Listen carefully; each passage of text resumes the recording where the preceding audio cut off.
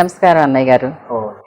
అయితే నేను జీవితంలో ఎప్పుడైనా సరే ఏదైనా చేసింది, అది చిన్నదైనా కావచ్చు పెద్దదైనా కావచ్చు, ఎప్పుడైతే నేను ఆశించాను వేరే వాళ్ళు పొగడాలి, అప్రిషియేట్ చేయాలి అని ఎప్పుడైతే అనుకున్నాను, లేకుంటే ఒక్కోసారి ఏమవుతుందనంటే వేరే వాళ్ళకి అప్రిషియేట్ చేస్తుంటే మనం చూస్తాం, అభినందన చేస్తుంటే చూసేస్తాం, ఇంకా రకరకాలుగా వాళ్ళకి అభినందన చేస్తుంటారు. ఆ సమయంలో మాట ద్వారా బహుమతులు ఇచ్చు మనం మనసులో ఉంచుకొని నేను కూడా ఇలాగ చేయాలి అన్నది మంచిది, అవును, 100% కరెక్ట్. కానీ నాకు కూడా ఆ అభినందన కావాలి, అందుకు నేను చెయ్యాలి అనుకుంటే మన సంకల్పం ఎక్స్పెక్టేషన్ తో స్టార్ట్ అవుతుంది. So it doesn't give good result, మంచి రిజల్ట్ ఇవ్వదు.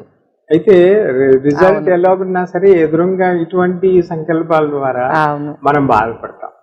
అయితే అనవసరంగా మనం ఏం చేస్తున్నామనంటే వేరే వాళ్ళ ద్వారా ఆశించి మనలో ఉన్నటువంటి ఆంతరిక సుఖాన్ని, ఆనందాన్ని తక్కువ చేస్తాం. చాలా చక్కగా చెప్పారు. అందుకని చెప్పి మనం ఎప్పుడైనా సరే అది మన మీదనే తీసుకోవాలి. ఫస్ట్ నేను చెయ్యాలి అని అంటే దానికి మనకు భూమి నుండి, బీజం నుండి, మొదటి నుండి లాస్ట్ వరకు ఏదైతే ఉందో ప్రాసెస్, అప్పటి వరకు మనం బాగా కష్టపడి మనం చేయాలి. ఆ తర్వాత రిజల్ట్ ఏమవుతుంది ఆ తర్వాత మళ్ళీ ఎవరన్నా అంటారు కదా, కర్మణ్యేవాధికారస్తే మా ఫలేషు కదా అని ఉంది కదా, మనకి కర్తవ్యం చెయ్యటం వరకే మన వంతు, దాని ఫలితం మన చేతుల్లో ఉండదు. అందుకని చెప్పి అది ముందే నా మనసులో, ఇప్పుడు నా కోసం నేను మనసులో కనుక ఉంచుకున్నట్లయితే అది ఫలితము ఎంత పర్సంటేజ్లో వచ్చినా, తక్కువ వచ్చినా, ఎక్కువ వచ్చినా సరే మనకు బాధనివ్వదు. ఇంకా ప్రోత్సాహంగా మనం ముందుకెళ్తాం.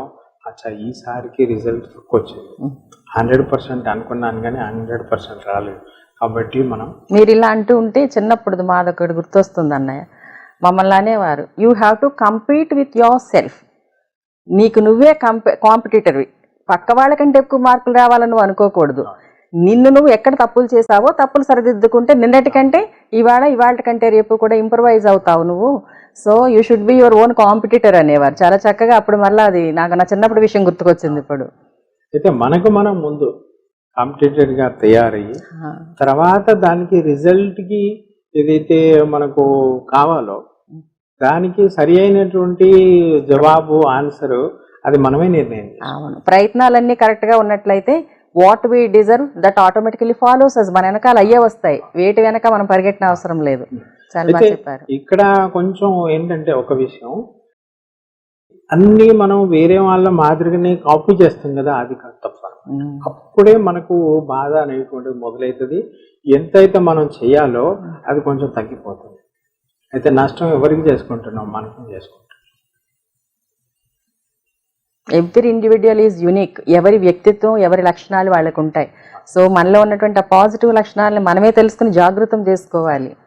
ఇంకొకటి, మనకు మనం తెలుసుకుంటే మన తప్పు ఏంటో మనకు తెలిసిపోతుంది.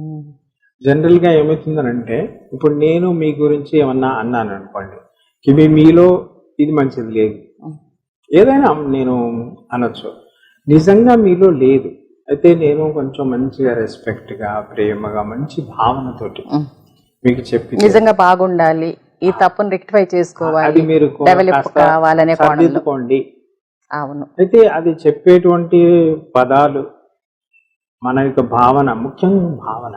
అవును, ఎదుటి వాళ్ళు బాగుపడటానికి చెప్పే విధానం ఒకలా ఉంటుంది, పాయింట్అవుట్ చేయడానికి చెప్పే విధానం ఒకలా ఉంటుంది. అవును, నిజం. అది ఇంకోటి, వేరే వాళ్ళకి డిగ్రేడ్ చేసేటువంటిది శబ్దాలు కూడా ఉంటాయి. దాన్నే మనం ఎంత రెస్పెక్ట్గా చెప్తాం, భావన అదే, కానీ చెప్పేటువంటి శబ్దాలు, విధానము, మాటలు, అది కొంచెం మనం ఇరిటేట్ చేసినట్టుగా చెప్పినట్లయితే వాళ్ళకి మంచిగా అనిపించాలి. అందుకని చెప్పి మనకు ఎప్పుడైనా సరే ఆలోచించాలి, వేరే వాళ్ళకి ఏదైనా చెప్తుంటే మన భావన ఏంటి. లేకున్నట్లయితే ఒక్కోసారి ఏమవుతుందనంటే మనం చిన్న చూపు చూడడం, లేకున్నట్లయితే సరే మీరంటే నాకు పరిచయం లేదు కాబట్టి మనం ఎక్కడైనా ప్రోగ్రాంలో మనం కూర్చున్నాం, నాకు నచ్చలేదు ఏదో నోటి కారణంగా, మీరు సరిగ్గా కూర్చోలేరా అన్న దానికి బదులుగా ఏమండి కాస్త మనం సర్దుకొని కూర్చుందాం అన్నదానికి ఎంత డిఫరెంట్ ఉంది. చెప్పింది అదే, అంతకుముందు చెప్పింది దానికి ఇప్పుడు చెప్పిన దానికి ఎంత డిఫరెంట్ వచ్చేసింది. మరి ఎదుటి వాళ్ళు కూడా వాళ్ళు స్వీకరిస్తారు, సంతోషంగా స్వీకరిస్తారు.